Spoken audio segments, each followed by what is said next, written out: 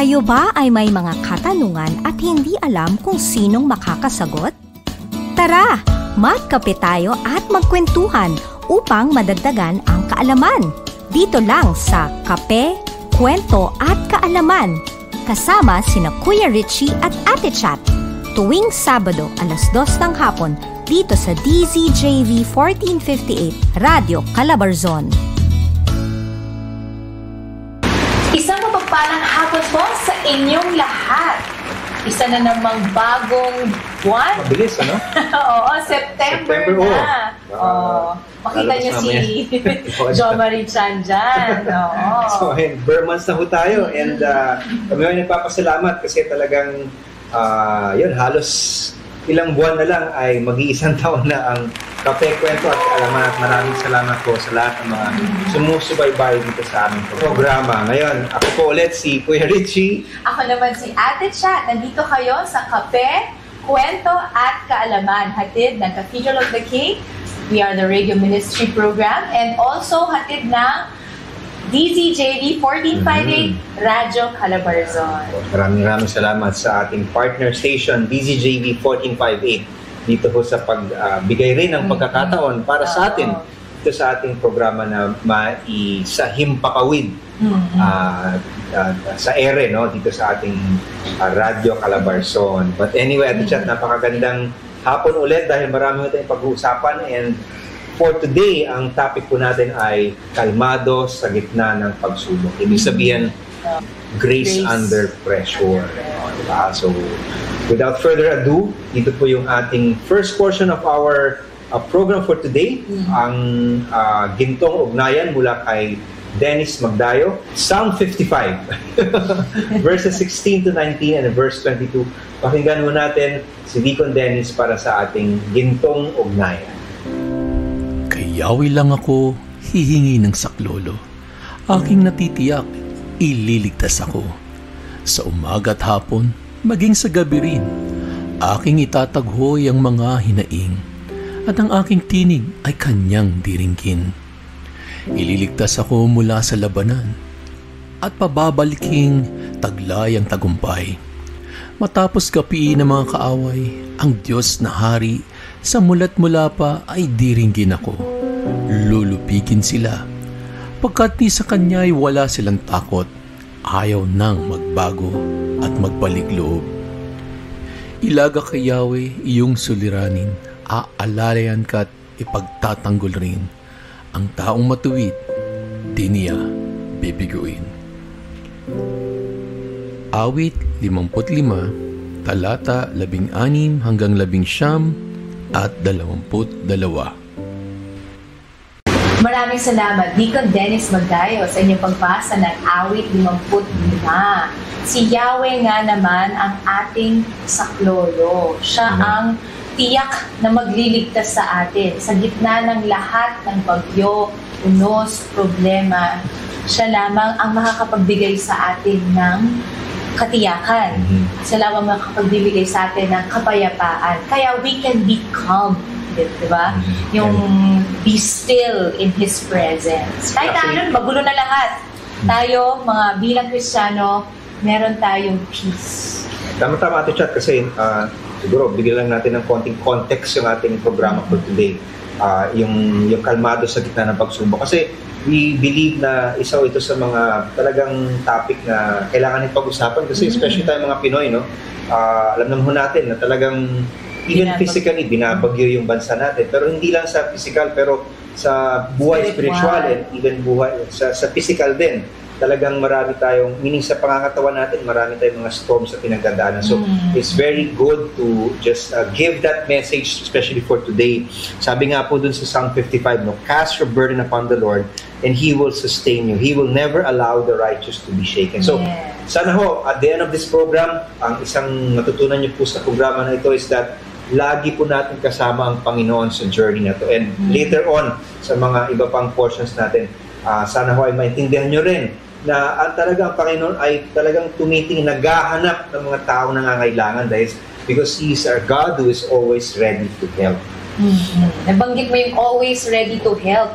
Yan ang testimony ni Sister Nelia de Mesa, ang interviewee ni Sheikh Handayan para sa Pananaw. Pakinggan natin. Magandang hapon po sa inyong lahat. Andito po si Shekinah, kasama nyo tuwing hapon ng Sabado dito lamang sa Kape, Kwento at Kaalaman. Hatid sa inyo ng Cathedral of the King Radio Ministry at TZJB 1458 Radio Calabarzon. Ako'y lubos na nalulugod sa pribilehiyong ipakilala ang ating kagalang-galang na kapanayam na ibabahagi ang kanyang testimonya sa paksang kalmado sa gitna ng pagsubok. Sa buhay, lahat tayo ay nakakaranas ng mga bagyo na sumusubok sa ating katatagan, humahamon sa ating pasensya. Gayunpaman, paulit-ulit na napatunayan ng ating kasama na ang Diyos ang kanyang lakas sa lahat ng ito. Ang mga kasama ko sa hapong ito ay isang dedicated na usher sa Cathedral of the King. Siya ay magiging inspirasyon sa ating lahat. Walang iba kung hindi si Tita Nelia de Mesa. Magandang hapon po, Sister Nelia. Magandang hapon din, Che. Hello po, kamusta po kayo? Okay naman, awa ng Diyos. Bless, malakas. Nagpapasalamat ako sa Diyos na binibigyan niya ako ng kalakasan palagi. At nagpapasalamat po kami sa inyo na binigyan niyo kami ng oras at of course yung storya niyo ho, ng kwento ng buhay niyo. Narinig ko ho na marami kayong napagdaanan, kaya naman didiretso na tayo, Tita. Pag dumadaan ba kayo sa pagsubok ng buhay, ano po una niyong ginagawa o anong naiisip niyo? Kasi ganito siya, kapag ang pagsubok dumating sa buhay ko, nai-stress ako. Siyempre, ordinary lang akong tao. Totoo. Nai-stress, pagkakaroon ng takot, tapos lahat na naata ng negative pumapasok sa isip ko. Pero pag naimasmasan ako, nag-cool down, nagpe-pray ako at nangingi ng guidance kay Lord. Alam ko na hindi niya ako pababayaan. Kasi alam ko God is good all the time. At saka kung ano man yung mga kailangan sa buhay, ipoprovide niya. Kaya pray na lang ako, gano'n, nangingi ng guidance. Talagang tama naman yun. Normal tayo bilang tao na matakot, mapag-isip. Pero bilang Kristiyano din, kailangan nating magdasal at bumalik sa Panginoon. Kaya naman, Tita, anong pagsubok sa buhay na ang nagpatatag sa pananampalataya mo sa Panginoon? At bakit? Naku, Sheikh, ang daming pagsubok sa buhay ko. Unang-una, nasunog yung bahay ko. Alam mo yung bahay ko, bagong-bago. Nasunog, di ko pa natutulugan. Di ba? Ang sakit nun. Oo. Tapos, iniwan ako ng asawa ko. Tapos, nagkasakit yung panganay kong anak. Nag-rupture yung appendicitis niya, nagkaroon siya ng sepsis. Yun naman bunso kong anak na kasama ko dyan sa church. Opo. Na meningitis naman siya. Tapos di ba namatayan ako ng anak, nagka-pneumonia. Ang dami kong pagsubok sa buhay. Hindi ko nga alam kung bakit, Lord, matigas ba ulo ko? Dapat mo kong i-correct palagi. Ganon. Ang dami kong pagsubok. Tapos ito yung pagsubok na tumatag ako, yung iniwan ako ng asawa ko. Opo. 3 kasi anak ko. Bata pa sila, 4 years pa lang yung bunso ko. Siyempre, kailangan kong buhayin, pag-aralin, ganyan. Dito, kasi dati, takot talaga ako eh. Takot, meron akong, ang weakness ko talaga, yung fear. Gusto ko kasi mabuhay ng mga anak ko. Paano nga, iniwanan ako ng asawa ko, ganyan. Tapos, yan sa pag-iwan ng asawa ko, syempre, kailangan ko pag-aralin yung mga anak ko. During that time, dyan ako nahirapan, pero hindi ako pinabayaan ni Lord. Biruin mo may trabaho nga ako, pero yung trabaho ko na bankrupt din. 6 na buwan akong di sinusweldo. Ganyan, hindi ko alam kung paano ko pababaunan yung mga anak ko, kung paano ko pag-aaralin. Ganyan. Pero hindi ako pinabayaan ni Lord. Ang daming milagrong ginawa niya sa buhay ko. Biruin mo ngayon, napagtapos ko yung tatlo kong anak.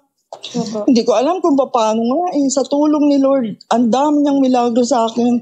Pero mo siya, dumadating sa pagkakataon na wala akong kapera-pera.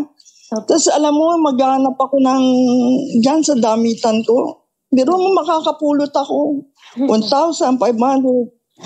Biro mo naman, di naman ako makakalagay doon ng pera dahil wala naman akong ilalagay. Kulang pa, di ba? Sabi ko talaga si Lord, di ako pinababayaan. Tapos minsan nga, yung anak kong babae, gagraduate sa PICC.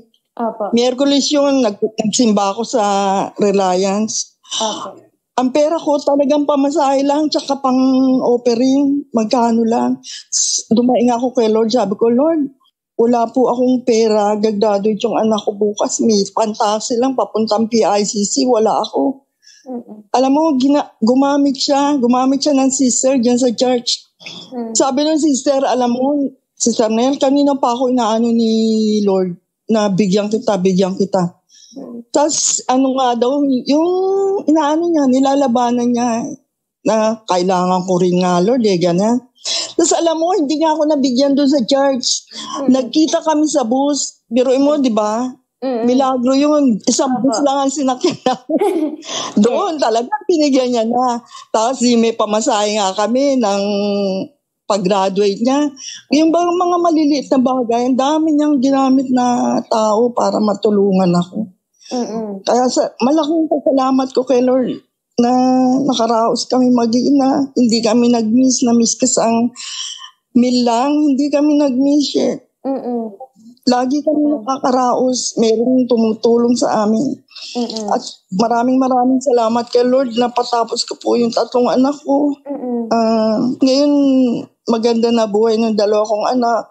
Kaya siguro, yan yung pinakamalaking nagpatatag sa akin kay Lord. Yung iwanan ka ng asawa mo, tapos may 3 anak kang pinakakain, pinag-aaral. Tapos pa ganito, yung nakatira kami sa San Andres. Lahat ng kapitbahay namin, mga adik, mga pamangkin ko pa nga. Pero mo hindi na-influensya yung mga anak ko. Naging mabuti rin silang anak para sa akin. Kaya nagpapasalamat talaga ako kay Lord na ginabayan niya kami mag-iina, hindi niya kami pinabayaan. At malaking pagpapala ang binigay niya sa akin. Iyan lang ang dinadasal ko, makatapos lang ng pag-aaral ng mga anak ko. Kontento na ako kasi ayoko nung pagtanda ko, lalapit pa sila sa akin tapos wala naman ako mabibigay sa kanila. Di ba? Masakit para sa akin. Kaya yun ang pinagpe-pray ko kay Lord na tulungan mo ko na mapatapos ko ng pag-aaral ng mga anak ko, Lord. Grabe, tita. Salamat po sa kwento niyo. Unang-una, congratulations ho, tita, and to God be the glory sa lahat ho ng pinagdaanan niyo. Ang natutunan natin ay hindi tayo pababayaan ng Panginoon. Talagang may miracles araw-araw na dadalhin ng Panginoon sa tao, sa bagay, sa sirkumstansya na andyan ang Panginoon. Ayan. Oo, just in time palagi siya. Kapag kailangan po, andyan siya. Minsan nga, alam mo, Lord, wala pong babaunin yung mga anak ko. Oo, nagbayad ako ng bill sa SM. Pagkatapos ko magbayad, wala na akong pera. Pero alam mo, binigyan uli ako ni Lord. Nakapulot ako ng 500. Di ba? Ang daming tao sa akin pa binigay ni Lord. Bait ni Lord. Kailangan ka lang lumapit talaga ho sa Kanya at didinigin naman niya ang inyong dasal. Salamat ho, Sister Nelly. Para naman ho, tita, sa mga nakikinig sa atin ngayong hapon, ano ho ang mensahe na maibibigay mo sa kanila para sa mga dumadaan sa pagsubok sa buhay? Huwag mawawalan ng pag-asa ba? Keep fighting the good fight of faith, ganyan. In due time, maaawa din si Lord sa atin. Magtiwala lang tayo sa Diyos, ganyan. God is good all the time. He will not leave us nor forsake us. Yung mga, alam ko, may purpose si Lord sa buhay ng bawat isa. Siguro, ito yung magiging matatag ba tayo, magiging strong sa buhay. Kaya magtiwala lang kay Lord. Tama. Hindi niya tayo pababayaan. God is good all the time. All the time, God is good. Maraming salamat, God is tita. good. Ano naman, panghuling tanong na ho, ano ho ang pinangahawakan mong salita ng Diyos pag ikaw ay nasa gitna ng pagsubok?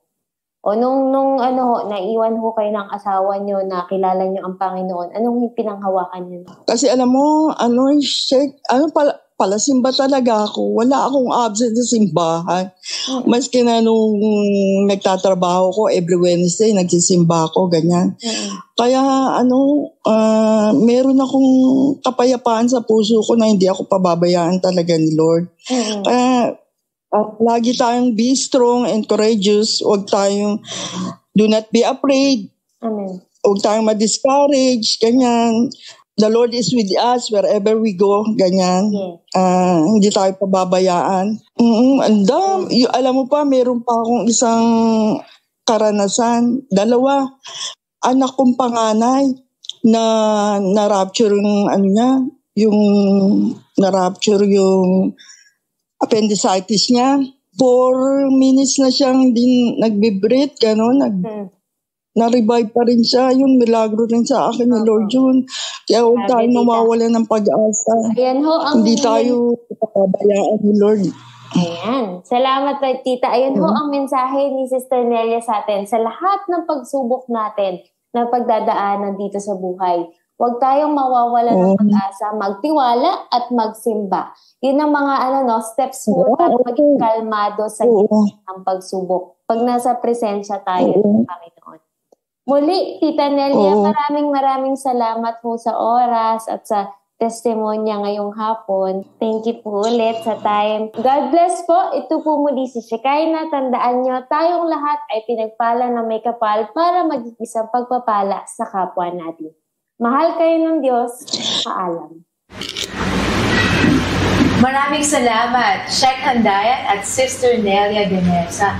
Napakadami palang pagsubok na pagdaanan ni Sister Nelia. Imagine mo, nawala na ng asawa, hiniwalayan ng asawa, at syempre, nasunugan pa. Can you imagine? At even in the midst of raising her children on her own, laging nandyan ang Panginoon to provide for her financially and emotionally and spiritually. Ang masasabi ko lang, si Sister Nelia, talagang nakita natin na very committed yan pagdating sa pagsilbi sa Panginoon.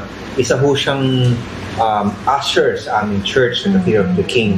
And all I can say is that bihirang-bihira ho na dumarating or lumilipas yung Sunday na hindi ko nakikita sa Sister Nelia na nagsisilbi. Oo, nakangiti. Hindi ko alam na marami na pala siyang pinagdadaan. Kahit po sa lahat ng mga pagsubok na pinagdadaanan niya, laging nakahandang magsilbi ang Panginoon. And that's actually ang tinatawag na yung bilang mga Pilipino, especially as Christians, yung resilience natin. Hindi ibig sabihin na hindi natin iniintindi ang mga pagsubok. Hindi rin naman ibig sabihin na hindi tayo nalulungkot or minsan ay nadi-discourage. But ang ibig sabihin niyan is that madali tayo or kaya natin mag-bounce back. Because alam natin na it's not the end. Sabi nga, di ba, this too shall pass. So kung ano man ho yung mga suliranin or mga challenges or storms na tinatawag natin na pinagdadaanan natin, lagi ho natin tandaan yun. This too shall pass. And there's always, sabi nga, there's always joy in the morning. Weeping may last for the night, but there is joy that we will experience in the morning. Pakinggan natin si Master J.C. Hudoman sa titik at tugma sa kanyang piyesang Kalma Moreno.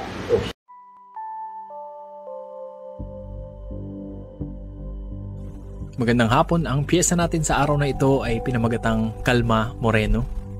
At kung hindi mo kilala yon o hindi mo na-gets, baka masyado ka pang bata. O baka masyado na rin akong matanda. Anyways, sana magustuhan nyo. Siguro may kakilala kayo o nakakasalamuhang tao na laging kalmado kahit problemado. Na tila ba siya yung definisyon ng chill lang bro. Pero hindi ito dahil sa hindi niya pinag-iisipan ng mga pinagdadaanan, hindi lang niya hinahayaan na maapektuhan ng kanyang panloob na kapayapaan ng mga panlabas na kadahilanan. Oo, panloob na kapayapaan. Sa mundo na nanggagaling ang problema, sa tingin mo ba dito din manggagaling ang kalma? Baka kaya nahihirapan din tayo kumalma dahil sa maling lugar natin hinahanap o sa iba natin inaasahang mapanatag. Iba yung lakas ng loob kung ang pagkapanatag ay matatag. Hindi yung kunwaring kalma-kalmahan pero sa loob tarantang-taranta na. May kasabihan, di ba, na fake it till you make it. Pero kung lihiti mo ang kalma at payapang tinatamasa, wala ka nang pepikein pa. Hindi pala Kalma Moreno. Kalma Moreno pala. Okay. Pero yun nga kalma lang tayo. Kalma Moreno lang tayo. Maalala ko yan. Pag na-stress tayo, isipin nyo, kalma lang tayo. Kalma Moreno lang tayo. But anyway, napakagandang piyesa ulit yung sasabi ni, o yung binahagi sa atin ni JC, no? And nagustuhan ko yung sinasabi niya doon. Baka kaya tayo nahihirapan kumalma dahil sa maling lugar natin hinahanap. Diba? So, ang lesson lang na makita ko dito at siya is that pagka tayo ay may pinagdadaanan sa buhay, hindi naman ho sa no? Pero may kaugalingan tayo mga Pinoy, sabi nga dinadaan natin sa mabuting usapan. Diba? Hindi naman sa ibig sabihin ay, di natin kinokondem o di natin ina-judge, no? But ang ibig lang sabihin nun is that pagka ba tayong may pinagdadaanan, tayo ba ay inuuna ho ba natin yung dasal na humingi tayo ng tulong sa Panginoon or naghahanap tayo ng masasabi natin panandali ang solusyon or panandali ang yung lunas or para lang hindi natin maharapin, para makalimutan natin, di ba? And siguro doon din mapasok yung yung ini-entertain natin sarili natin to the point na nagiging bisyo siya, na nagiging masama na para sa atin. Na imbis na maging kalmado tayo at maisipan natin or magkaroon tayo ng pag-iintindi kung paano natin malulusutan yung problema, di ba? Mas dahil lang tayong nalulunod doon sa problema at dinadagdagan pa natin yung problema na. So, very important po yun, no? Pag tayo ay dumadanas sa mga unos sa buhay, saan ba natin hinahanap yung kapayapaan? And of course, sa Panginoon lang po natin mahanap yan. Hindi sa kung anumang ibang panandaliang paglimot sa mga problema natin. Babalikan natin yung tanong na yan. Okay? Babalik ang kape, kwento at kaalaman.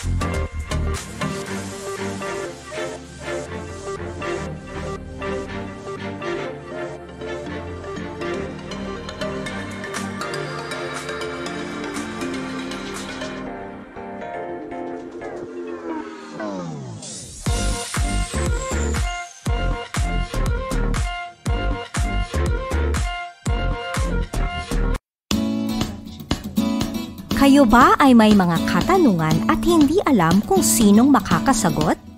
Tara, magkape tayo at magkwentuhan upang madagdagan ang kaalaman. Dito lang sa Kape, Kwento at Kaalaman. Kasama sina Kuya Richie at Ate Chat. Tuwing Sabado, 2:00 ng hapon, dito sa DZJV 1458, Radio Calabarzon. Kayo'y nakikinig noon dito sa Kape, Kwento at Kaalaman. Pinag-uusapan po natin ang isang napakagandang topic, ang pagiging kalmado sa gitna ng pagsubok. Kanina pinag-uusapan natin kung paano tayo magiging mapayapa sa gitna ng unos. At nabanggit ni Kuya Richie na dapat alam natin kung saan tayo tutungo o kanino tayo tutungo kapag dumating ang bagyo. Ate Chat, mga napakagandang question yan, no? Yung paano ba maging kalmado.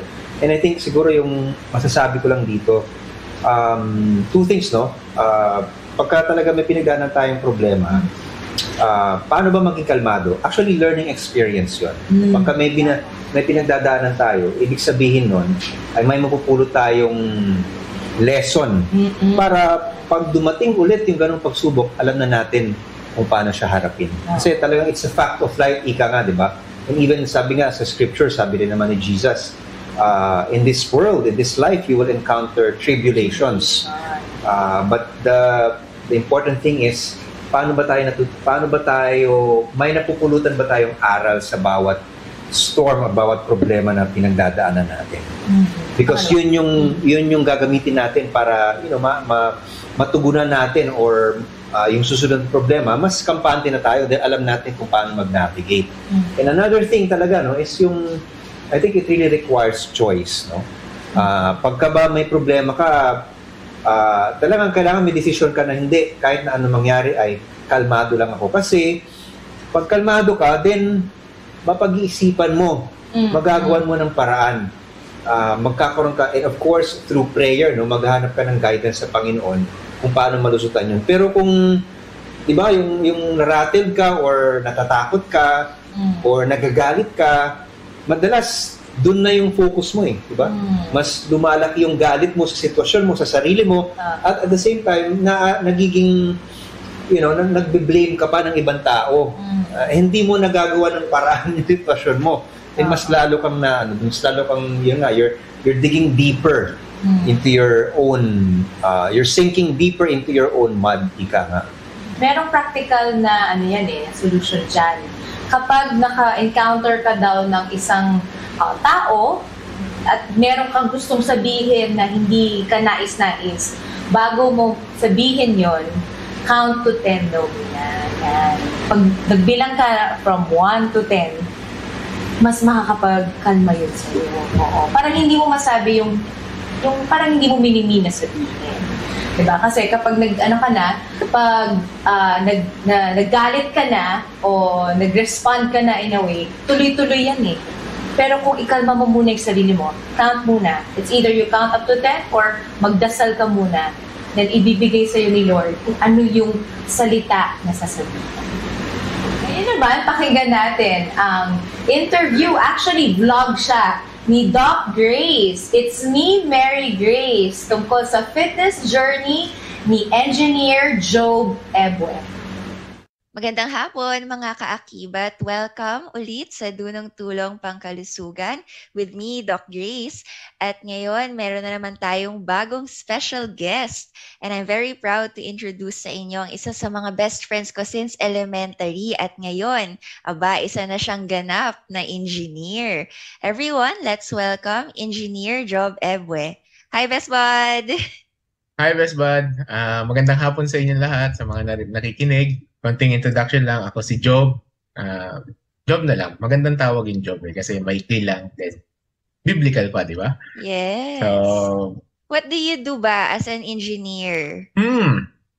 Ako ngayon ay nasa building officials ako as an annual inspection engineer.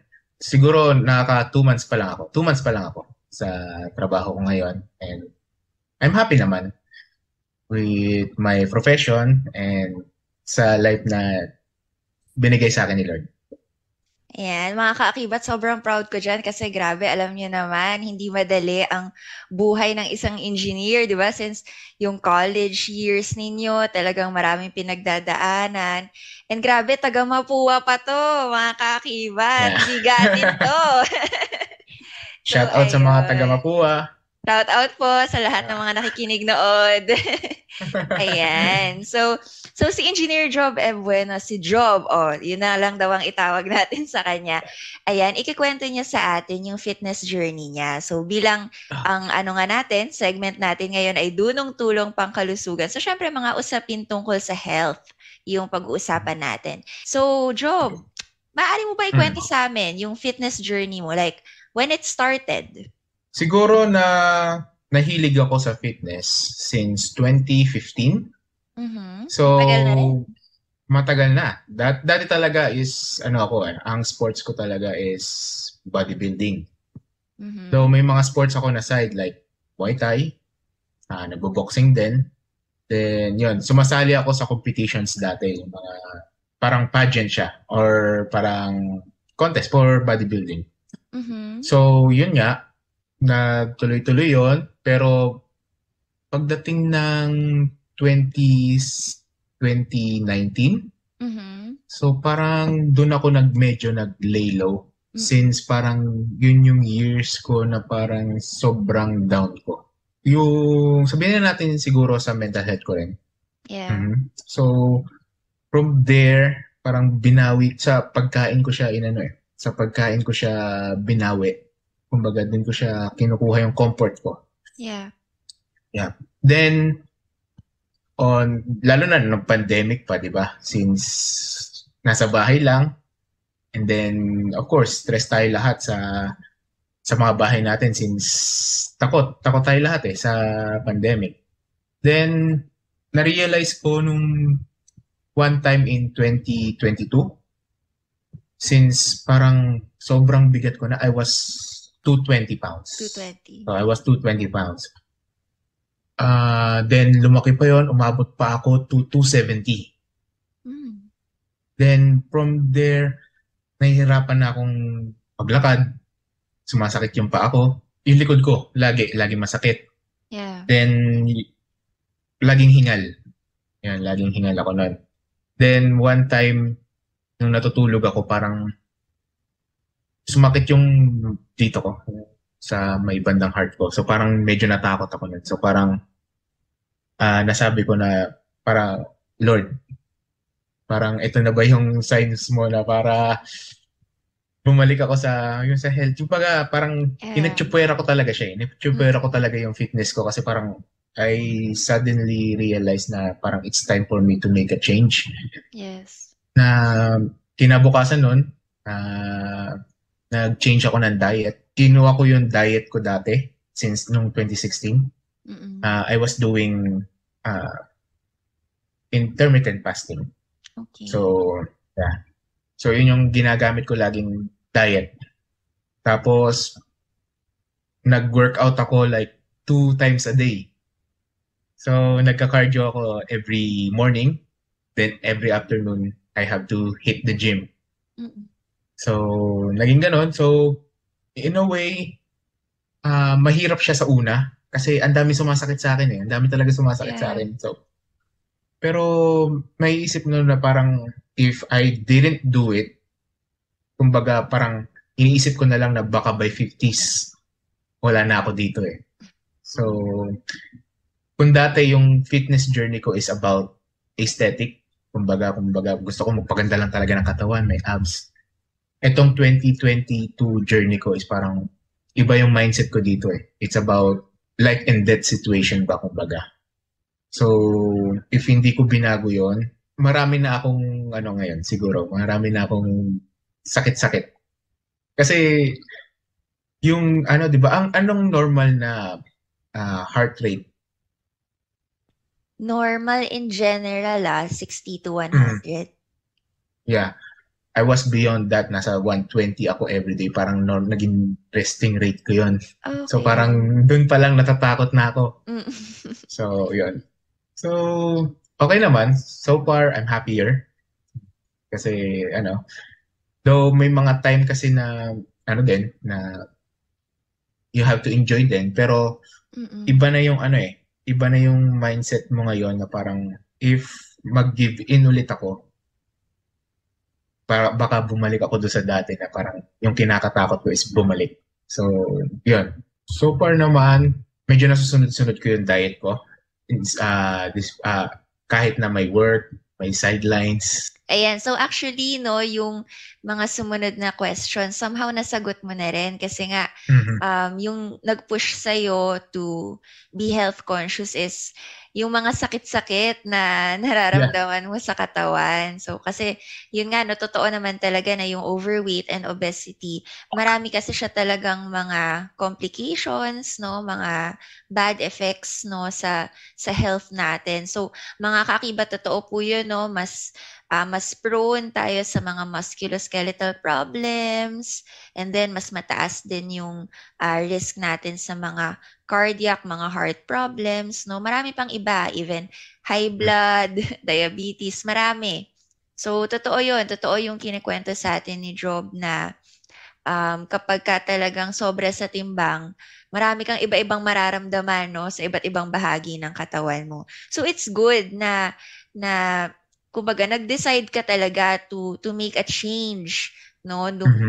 Hindi mo basta parang hindi mo basta binaliwala yung mga nararamdaman mong symptoms. Yeah. And then, somehow, nahappyawan mo na rin, no, yung mga struggles na encounter mo dun sa fitness journey mo. So, actually, yung magandang takeaway na nakuha ko dun, yung importance din talaga ng mental health, no? Kasi, yeah.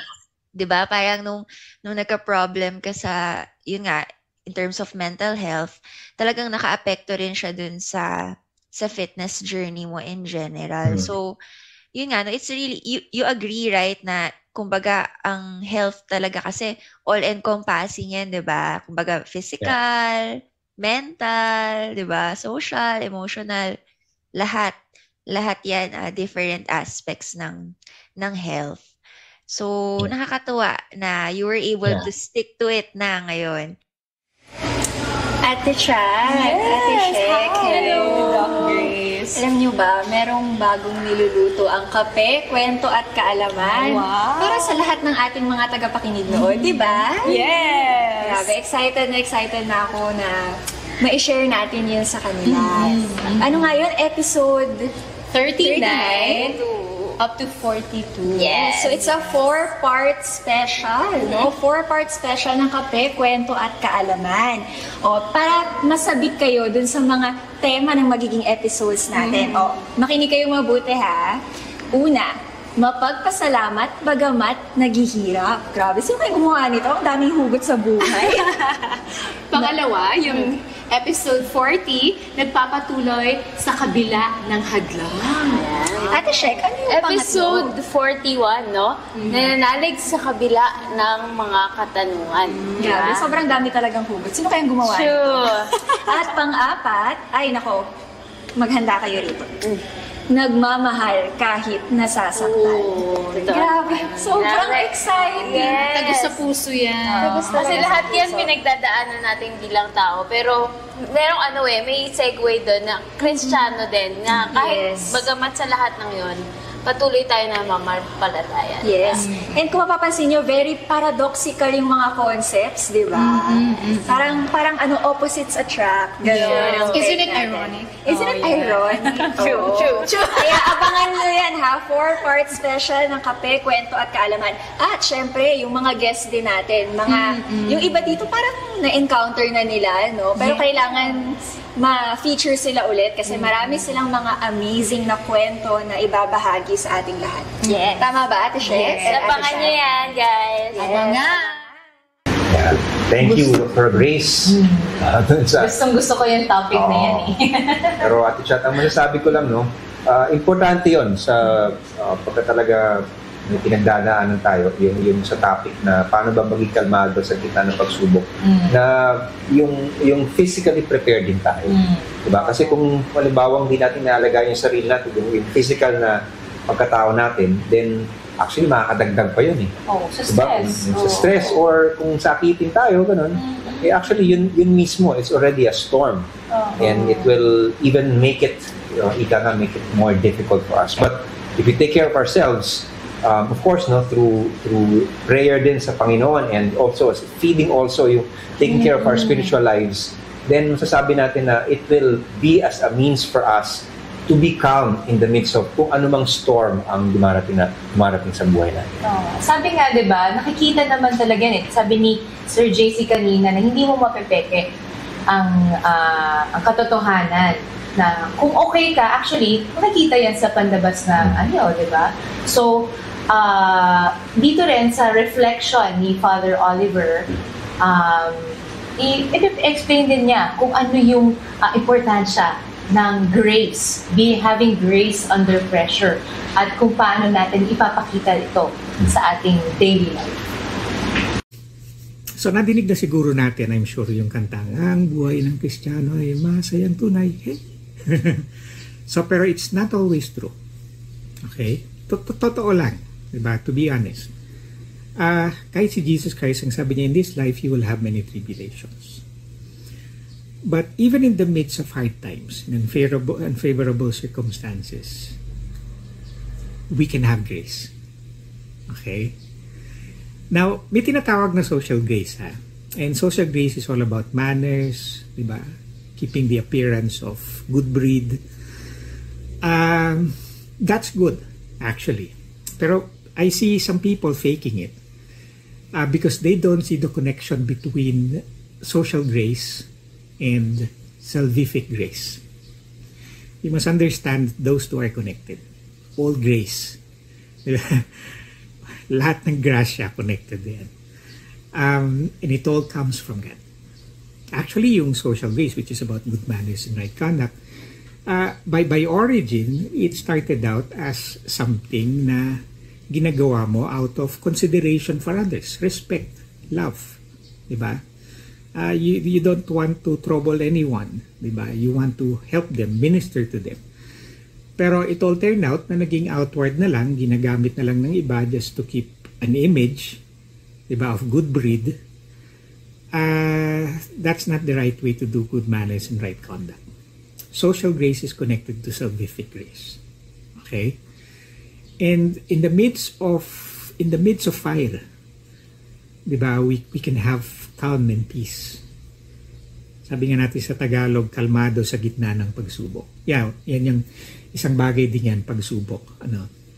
Ang susi dyan, malaman natin that God is always for us. Pag sinabi kasi natin pagsubok, unang naiisip natin, sinusubok ako ng Diyos. But that's not true. Walang reference sa New Testament, especially sa Gospel, diba, na ang pagsubok nanggagaling sa Diyos. Maraming pagsubok, oo. Pero ang sinabi lang, ang verse lang na kung saan minention ng Diyos at ang pagsubok all in the same verse, diba, yung sabi ni Paul, diba, God provides a way, diba, pag hindi na natin kaya, yun ang role ni Lord sa pagsubok. He provides a way out pag hindi na natin kaya. He's always on the rescue. Diba? Yung alam kasi nating testing, diba, testing, I mean, sa school, naalala ko pag tinetest kami, periodical exams, para alamin ng teacher kung sino bobo at kung sino yung honor. Yun lang yun. Pero alam mo, in the midst of life's test and trial, si Lord, tinitignan niya tayo, hindi para malaman kung sino yung bobo at bigyan ng medalya yung magaling. Hindi. Tinitignan niya yung pinakamahina sa atin at tinitignan niya kung paano niya tutulungan at tutulungan niya. With that knowledge, okay, which is revealed to us by Jesus Christ, thanks be to God. Yan ang good news, okay? That God is always for us. He's not angry at us. He's not mad at us. He forgives us and He is always for us. And He will be with us. Kaya si St. Paul, yun yung susi actually, kaya si St. Paul sa Philippians chapter 4, verses 12 through 13, ang sabi niya, I've been through lack, I've been through poverty, I've learned how to be hungry and filled, but I've only learned prosperity. I've known it. To have abundance. But in the midst of all this, I found the secret to contentment. In verse 13, ang sabi niya, the secret is, I can do all things through Christ who strengthens me. So ano yung secret? Through Christ who strengthens me. And how does the knowledge of Christ strengthens us? Because Christ assured us that God loves us. It is the assurance of God's love that gives us grace and strength. That even in the midst of fire, diba, as we go through it, the fiery furnace, we come out bright and shiny, alive and glorious strong, and victorious. The secret is knowing that God loves you, that you are loved. Si Nikita Gill, isang poet, ang sabi niya, what if everything is bad and we still fall in love with the moon and learn something from the flowers? So kaya, ang buhay, kahit ang buhay Kristiyano o buhay, diba, buhay ng sangkatauhan in general, is not all Barbie pink and rosy. It doesn't matter. Okay? What matters is you are loved. Alam niyo yung kasalanan ng gagaling yan sa takot lagi.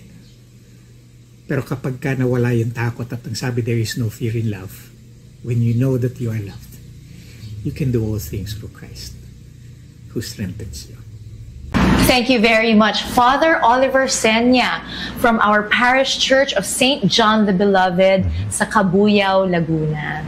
Ang ganda ng mga shinare ni Father Oliver about social graces is also is equal to sanctifying grace. Yan. Yeah, medyo mabigat yung term. Pero actually ang napakasimple lang man po yung sinasabi ni ni Father Oliver. Yung prinsipyo na yung Panginoon talaga He only seeks what is good for us and that He is our help in the time of trouble. So yun ho talaga yung puso ng Panginoon. Hindi siya, siguro yun yung concept natin madalas, and even as Christians parang nagiging prinsipyo or nagiging yun yung pagkakaintindi natin na even yung mga pagsubok ay galing sa Panginoon. Actually, hindi ho galing sa Panginoon ang mga pagsubok natin. Lahat ng gagaling sa Kanya ay kabutihan. Kung meron man tayong pagsubok, ay ito ay sanhi ng siguro sa maling desisyon natin or maybe maling desisyon ng iba or mga circumstantial, di ba? Like for example, kung yung mga naghihirap, hindi naman ho sila plainly dahil choice lang nila maging mahirap, malamang siguro merong mga taong nagmamalabis din. Diba? Nagtitake advantage or maybe may mga corruption. Alam naman po natin yan. But what ang sinasabi ko lang po is that ang talagang ang kagustuhan ng Panginoon ay yung kabutihan natin at kung kailangan natin ng tulong, He's always ready to help. And that gives us assurance na pagka meron tayong pinagdaanan, whether it's because of our own decision or whatever the circumstances may be, alam natin na tutulungan tayo ng Panginoon because yun yung puso niya. Oo. At sabi nga, di ba, His goodness is always running after us. Nahabol tayo ng kabutihan ng Panginoon. Kahit tayo, hinahabol natin yung problema natin, yung hindi maganda, yung kabutihan ng Panginoon, yan ang gusto niyang i-shower sa atin. Yan. At yun din, alam mo, yung kabutihan ng Panginoon, He showered it all over our church and all over the parish churches dito sa aming Go Forth Territorial Convocation. Pakinggan natin ang anthem ng Territorial Convocation, Go Forth.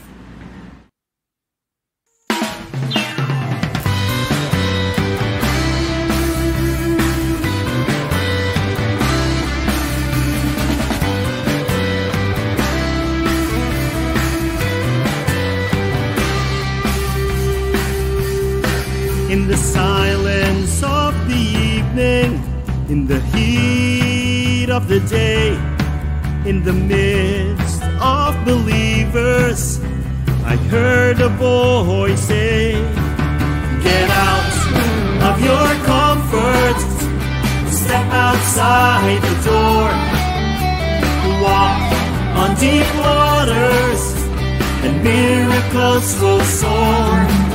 For I have equipped you and prepared you to go forth to the busy world. Go forth to the mountains. Go forth to the darkest town. In the broken hearts and places, go forth, I am with you. Fear not, I will cover you, for I am your God, and you are mine.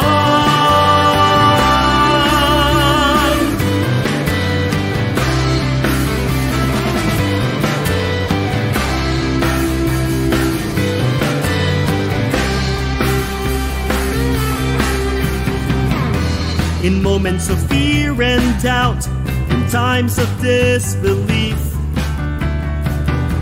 in moments of lack and want, His goodness keeps running after me.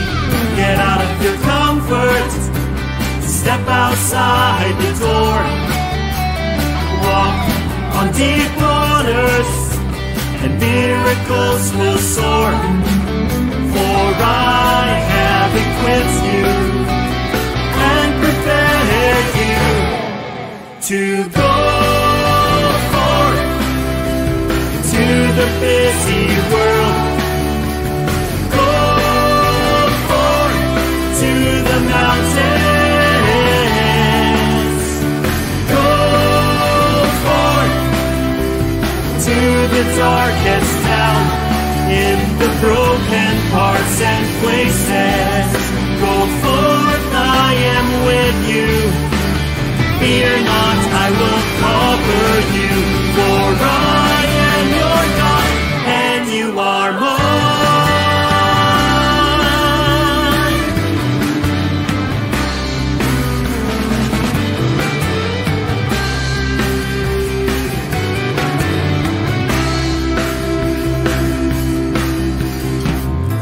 For where God guides, He provides. He's very good to me. Where God guides, He provides. His mercies I see. Where God guides, He provides. He's very good to me. Where God guides, He provides. His mercies I see. Where God guides, He provides. He's very good to me. Where God guides, He provides. His mercies I see. Where God guides, He provides. He's very good to me. Where God guides, He provides. His mercies I see.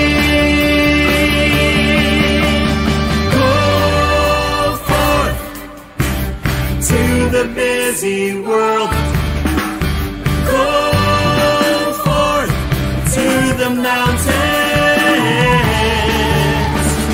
go forth to the darkest town, in the broken hearts and places. Go forth, I am with you.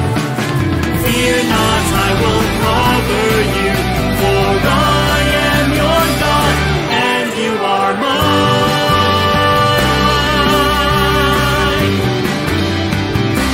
And you are mine.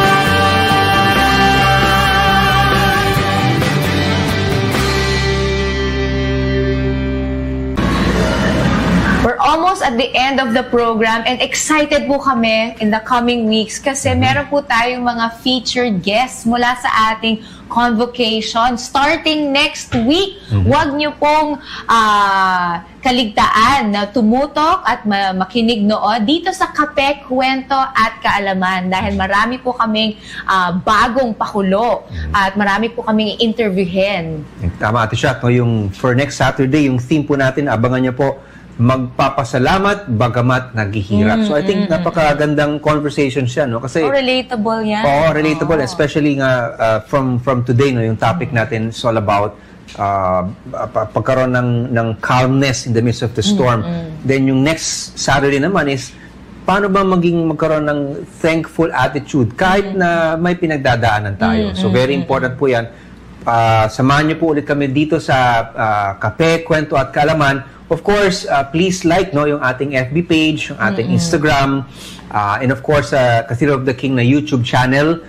Please, you can check out our videos there as well. So maraming salamat doon sa pagsubaybay. Shoutout lang sa ating mga birthday celebrants. Bago pala, no? Remy, Sister Remy Magdaluyo. And of course, si Kuya JR Handayat. Yun ho yung isa sa mga tumulong din dito sa hosting responsibilities natin sa KKK. And of course, si Kuya Arnie Ormenita. Happy birthday to everybody. That being said, again, talagang nasa katapusan na ho na tayo ng programa. Maraming salamat po sa pagsubaybay. Ako po ulit, si Kuya Richie. Ako naman si Ate Chat at kami ang Pamilyang Handayan. Dito po sa Kape, Kwento at Kaalaman. We will see you next Saturday. We are thrilled and pleased to share these amazing products to you from Global Tech Automation Incorporated that brings comfort, convenience, security, and safety of your properties and to your loved ones. Discover the features and benefits of the products and solutions.